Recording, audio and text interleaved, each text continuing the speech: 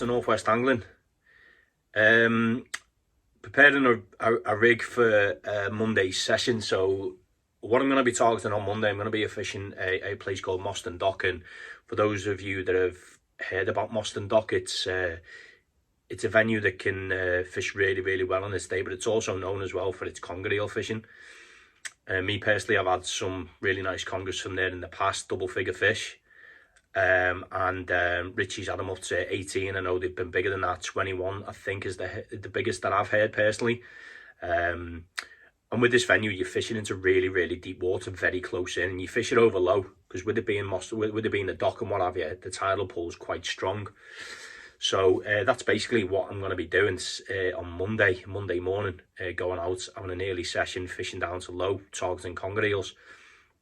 And you do get other species of fish there, but obviously with it being November now, it's late on in the season, but it's known for its really good place fishing. Flounders, you get bass off that venue, you get thornback rays, so there will be a chance of a ray as well. So I'll be fishing one rod close in and amongst obviously the snags and the rocks, which again, like I say, you're fishing into really deep water, really close in, but there's all right rocks and snags and stuff like that. So, and that's exactly where the congers are hiding out. So I'll be fishing one close in for the congers, and I will be putting one a little bit further out to try and see if we can get a thornback ray out from there. So that's my plan for Monday anyway. So I'm just about to knock up a couple of rigs anyway, just in preparation for that.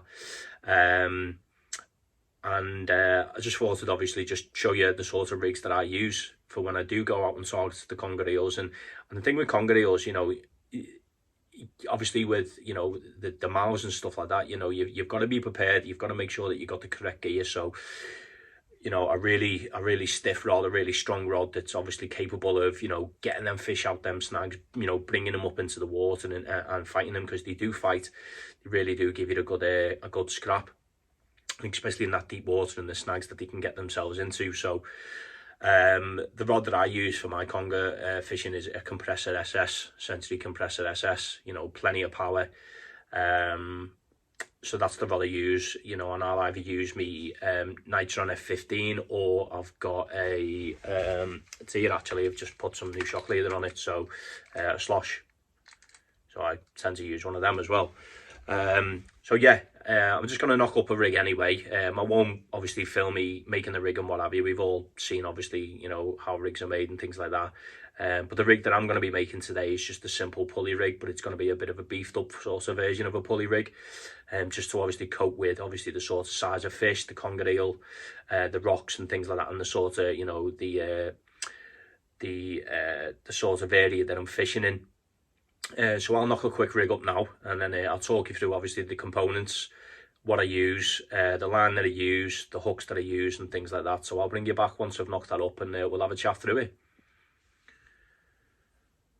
So I'll just knock the rig up and what have you. So just before I show you the rig, what I'll do is I'll just talk you through the sort of like line and the components that I tend to use. And like I was saying before, with obviously the conger eel fishing, you need the sort of equipment that's up to the job. So obviously the rod, the reels, obviously the end tackle is probably the most important really, especially with the venue that I'm fishing. It's quite snaggy close in. You're fishing into really deep water, like I explained before. So obviously if you do hook that fish, you obviously want to make sure that, everything that you are using is up to the job. If that conger eel gets into them snags, you need to obviously get it out, you need to bully it out. Obviously that's where that strong rod, your reel, your line, things like that, and then obviously your components come into it. So it's very important really, and obviously the sort of line that I use, I'll just talk you through that. So this is what I use, and it's the Varivas rig body. So the rig body and shock leader line, and this is actually in £150. So that's the breaking strain I like to use. I have used £100 in the past and what have you, but I've just gone up to 150 quid just to give me that bit of extra like peace of mind, peace of security sort of thing. So I am fishing into rocks and stuff like that when I'm fishing for these sort of things. So I do like to just have that little bit more resistance, if it is obviously rubbing against rocks, if I have got that fish on and things like that. But obviously if if I have got a conger on and what have you, and it's swallowed the bait, I want to make sure that it's not biting through. Now, don't get me wrong, a conger eel could still easily bite through this, but it just gives me that little bit more resistance and a little bit more security, a little bit of peace of mind in my rigs, then I know that it's up to scratch. So that's what I kind of use anyway for my my hook lengths on my body and my rig body. So I will use that all the way through. Also, what I use is just an imp. The bottom, as I say, this is a pulley rig that I'm using. I do use the running ledges as well, but I'll use an imp. Pulley bead.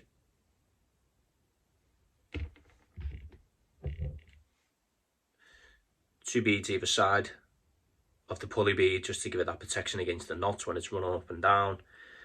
And on the business end, I like to use, that is a 7/0 Varivas BMX. So that's kind of what I use. I do go a little bit bigger than that, 8/0s. I use tamers as well. I do prefer the tamers, to be fair, but I've got none in this size. But the tamers, they're obviously a bit more wide gaped, so it's a bit more pronounced within the point. But again, you know, I've had conger eels on these before, and they've done the job. So that's the again, Varivas Big Mouth Extra. So they're the hook of choice that I'm going to be using. So like I say, just a simple pulley rig, beefed up, 150 pound nylon, pulley bead, couple of beads, imp, 7/0 hook. So how does that look? It's just simple, really simple. We all know a pulley rig. It's probably the most commonly used rig when it comes to sea fishing and big fish fishing. So just bring them beads down just so I can show you. So again, there's my imp with me two beads either side of me pulley.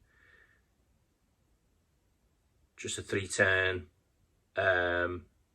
just a 310 knot there. That is not slipping at all. Keeping a little bit of a tag end on that. Again, a 150 pound body. 150 pound body, all the way down to a 200 pound swivel.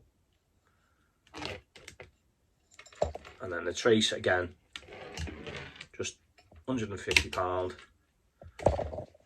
all the way down to me 7/0. And I've had conger eels, as I say, I've had them up to 20 pound on this sort of rig. So I know it's capable.